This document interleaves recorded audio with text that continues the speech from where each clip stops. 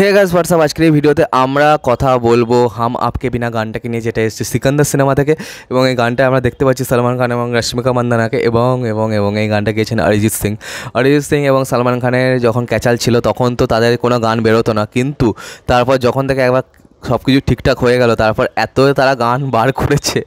মানে টাইগার 3-তে দুখানা গানই অরিজিৎ সিংয়ের ছিল, এবং এখানেও অরিজিৎ সিংয়ের একটা গান কিন্তু প্রীতম রেখেছেন। এবার দেখা যাক যে প্রীতমের মানে এই গোটা অ্যালবামের মধ্যে সিকান্দার নাচে ছাড়া একটা গান আমার সেরকম ভালো লাগেনি।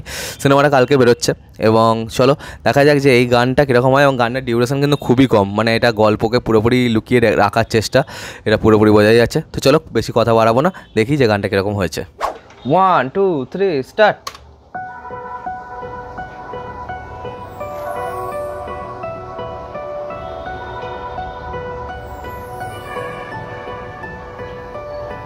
देखो है आसमां वही, आसमां वही है, वही वही। देखो है चांदनी वही, ये चांदनी वही है, वही वही।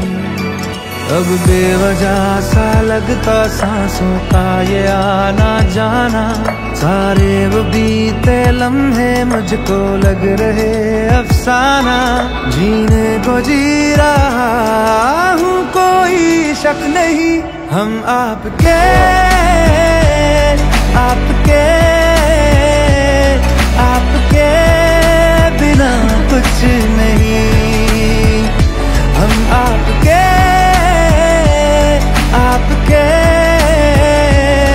आपके बिना कुछ नहीं, कुछ भी नहीं, कुछ भी नहीं, कुछ भी नहीं, नहीं कुछ नहीं।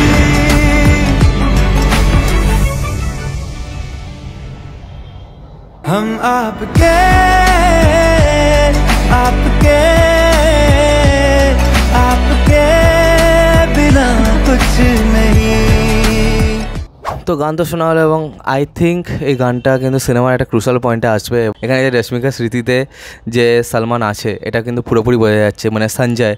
কারণ কি এখানে কিন্তু বারবার তাকে লুকিয়ে রাখা হলো, এবং প্রথম সিনটা যেখানে সে আয়নায় এলো এবং এ একটা জায়গায় আছে এবং তার কাঁচে তার রিফ্লেকশনটা পড়ছে, তখনই পুরো বোঝা যাচ্ছে যে এ কিন্তু বেঁচে নেই। সিনেমাটার মধ্যে কিন্তু রশ্মিকা মান্দানা বেঁচে থাকবে না, এবং সেটাই কোথাও না কোথাও সিকান্দারের একটা ট্রিগার পয়েন্ট হবে, একটা মেন পয়েন্ট হবে।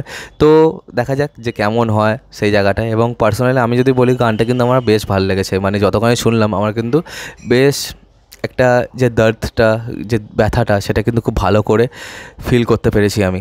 এবং অন্যদিকে অরিজিৎ সিং যখন গাইছে এরকম তো হবেই, এবং সালমান এবং অরিজিৎ যখন একবার একসাথে এসছে, গানগুলো যদি অতখানিও সেরকম বহুল প্রচলিত না হলেও কিন্তু খুবই ভালো ভালো গান কিন্তু আমরা পেয়েছি। তো চলো বেশি কথা না বাড়িয়ে আজকের মতো ভিডিওটা এখানে শেষ করলাম। তোমরা বলো তোমার কেমন লেগেছে এই গানটা, আর সাবস্ক্রাইবটা প্লিজ করে দাও যাতে আমার সাথে তোমাদের আবার দেখা হয়। Bye bye. আর এটাও বলো যে তোমরা কালকে কখন যাচ্ছ সিকান্দার দেখতে।